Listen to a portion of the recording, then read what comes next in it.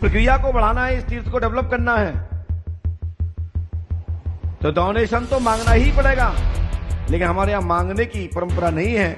हमारे यहाँ प्रेरणा दी जाती है कि एक हाथ कृपा पाओ और एक हाथ कृपा के साथ साथ आपकी जेब में जो धन है वो यहाँ डाल के जाओ, जिससे यहाँ आपको आने वाले समय में हर महीने परिवर्तन हो।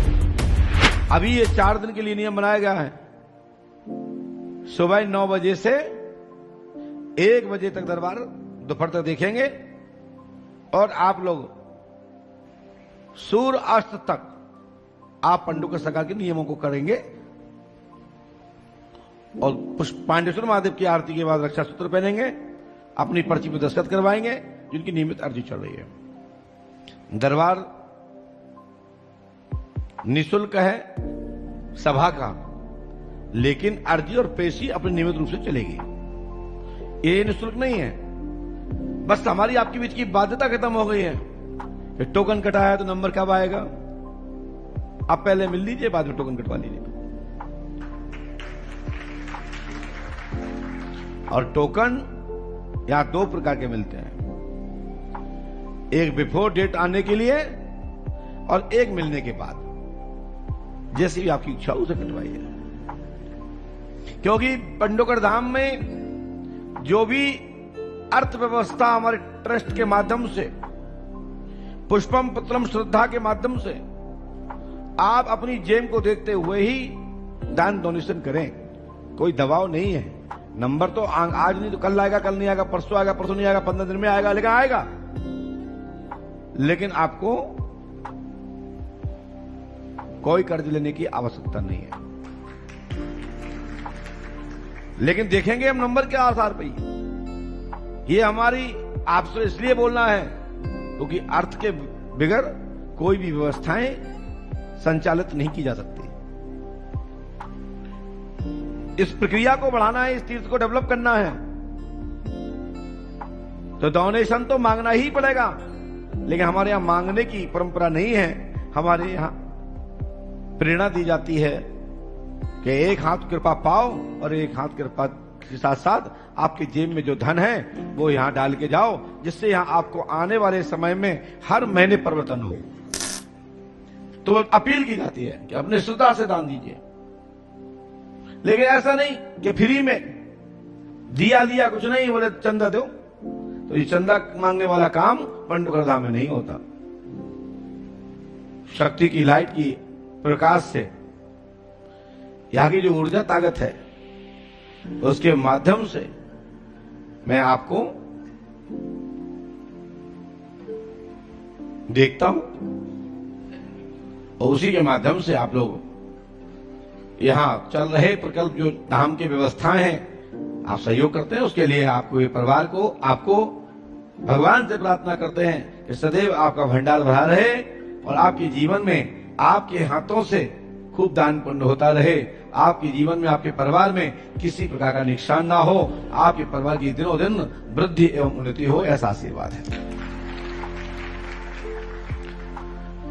चलते हैं दरबार की तरफ और हमारे साथ वो भी समर्थन करेंगे, वो भक्त भी समर्थन करेंगे जो भक्त कहते हैं कि महाराज जी ऐसा खोल देते हैं, ऊसा खोल देते हैं। नो, हम कुछ नहीं खोलते। जो विषय होता है, जिस विषय के कारण आपके घर में कलेश है, अशांति बनी हुई है, आपके घर में दिक्कतें पड़ी हुई हैं, तो उसका कारण तो बताना ही पड़ता है। कई लोग पूछते हैं कि हमारी ये बीमारी क्यों हुई डॉक्टर साहब? महाराज जी मैं खूब पूजा पाठ करता हूँ, हनुमान जी की रोज पूजा करता हूँ, ये भूत कहां से आ गए? ये बात सही है। क्वेश्चन मार्क खड़ा बनता है कि जिसके घर में हनुमान जी की पूजा हो उसके घर में भूत कैसे आए? मैं आपको बता दूं, मैं कई लोगों से पूछ रहा हूं, आप लोग भी हमसे पूछते हैं और हम भी पलट के पूछ रहे हैं लाइव में कि भूत आया कैसे जब हनुमान जी की पूजा होती है। जिसके घर में रोज हनुमान जी की पूजा हो, गायत्री मंत्र का जप हो, त्रिसंध्या हो, सब कुछ नियमित रूप से अच्छे से सब कुछ कर रहे हैं, फिर भूत आ क्यों रहे हैं? प्रेत आ क्यों रहे हैं? क्या गायत्री मंत्र जपने वाले परिवार में या गायत्री मंत्र जपता के ऊपर क्या कोई भूत प्रेत आ सकता है? नॉर्मल लोगों से पूछा जाए तो वो यही कहते हैं 99% कि नहीं आ सकता। हम भी कहते हैं कि नहीं आ सकता। हनुमान चालीसा के पाठ करने पर कोई भी प्रवेश सकती है, आपके घर में प्रवेश नहीं कर सकती, लेकिन करती है। उसके पीछे कारण इसी चालू करो। इसके पीछे कारण क्या है? क्यों आती, क्यों प्रसन्न करती हैं? ये तो कोई नहीं बोलेगा, जो देखो वही कहेगा भूत विचार ने करने आवे महावीर जब नाम सुनावे ना से रोग हरे सपीला जप जो देखो वही यही कहेगा। कितने दरबार है भारतवर्ष में ये कहते ही हैं ये भूत विचार ने करने आवे महावीर जब नाम सुनावे, लेकिन आते हैं क्या? आ सकते हैं। मैं लाइव में बोल के कह रहा हूं कि नहीं आ सकते हैं, लेकिन आते हैं। नहीं आ सकते लेकिन आते हैं। नहीं आ सकते फिर आते हैं। फिर कैसे आते हैं? आज के पहले का कोई भी वीडियो नहीं मिलेगा लाइव में।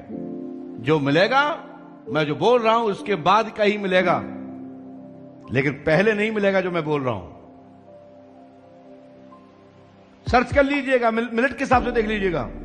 कई दरबार तो ऐसे कि मुझे सुनते हैं और हाल वो वीडियो बनाकर डाल देते हैं उसी दिन, लेकिन फिर उसमें मिनट मिलाइएगा कि कब किसका वीडियो अपलोड हुआ, उसका अंतर निकालेंगे तो सबसे फर्स्ट मेरा मिलेगा वीडियो। ये ध्यान रखो। तो ये भूत आते कैसे हैं मैं आपको बताऊं। आप ही बुलाते हो,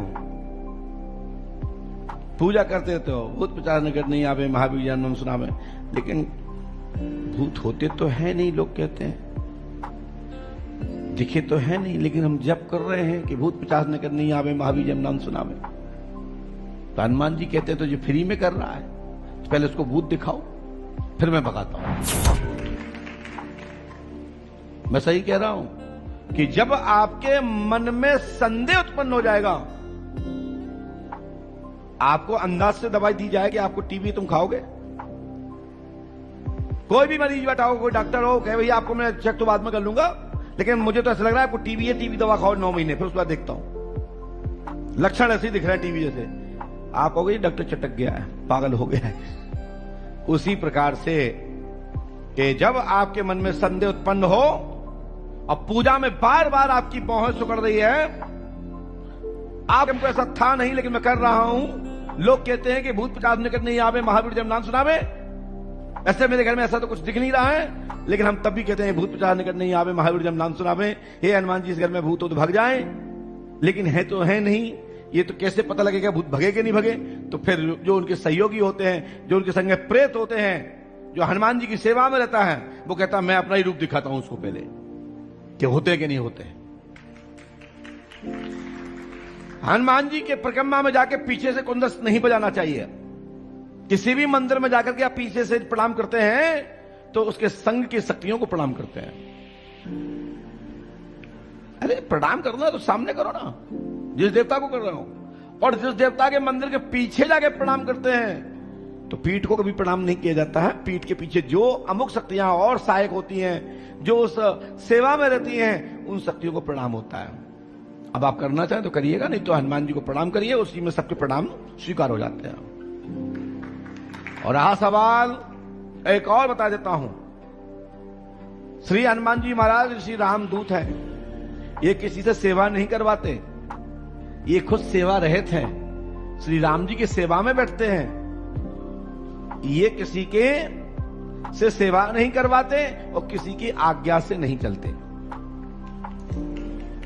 हनुमान जी महाराज एक ही आज्ञा मानते हैं। ब्रह्मांड नायक मर्यादा पुरुषोत्तम श्री राम जी अयोध्यापति राजा के नाम का जब संबोधन होता है, जब राम नाम अखंड पाठ होता है और वहां से जो श्वासा पर जो भक्तों की आवाज होती है, उसी को राम प्रसाद मानते हुए हनुमान जी कृपा करते हैं। हनुमान जी को ऐसा नहीं कि हम कहते हैं जाओ हनुमान जी का काम करके आओ। एक नालायक है, वो कहता है वीडियो में हमेशा कहता है मेरी हनुमान जी से बात होती है। अरे हनुमान जी की बात तो एक ही से होती है, मां भगवती जगदम्बा से और श्री राम जी महाराज से। वे अन्य किसी की नहीं मानते। हनुमान जी किसी के कान में बात नहीं करते। हनुमान जी किसी के भूत नहीं भगाते। हनुमान जी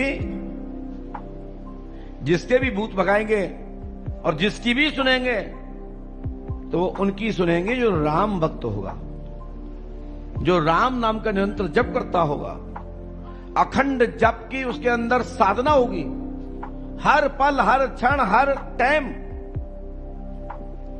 राम मंत्र में ही समाया हुआ होगा, उसकी हनुमान जी सुनते हैं, उससे हनुमान जी बात करते हैं, हनुमान जी उसे दिखते हैं, तथाकथित लोगों को नहीं।